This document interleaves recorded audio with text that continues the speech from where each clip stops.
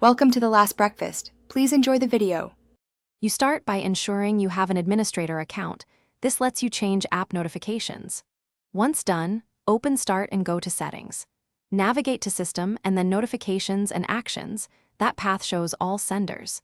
Make sure Windows has finished any updates before you proceed, because temporary prompts can reappear.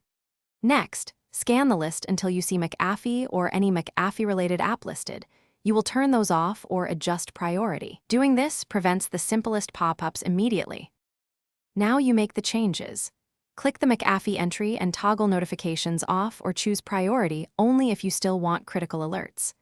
While here, click the app for detailed options like banners, sounds, and lock screen visibility. Deselect what you don't need.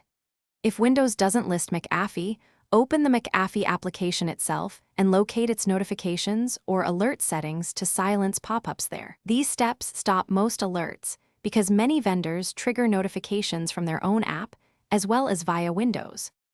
Finish by restarting Windows so settings take effect system-wide.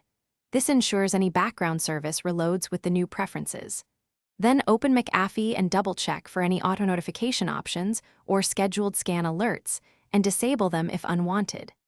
If you still get messages, consider rolling back a recent Mcafee update or run the official Mcafee removal tool to fully uninstall and reinstall with custom alert settings. If all else fails, contact Mcafee support and provide the exact alert text so they can advise next steps. Thanks for watching. If this was helpful, leave a like and consider subscribing. See you next time.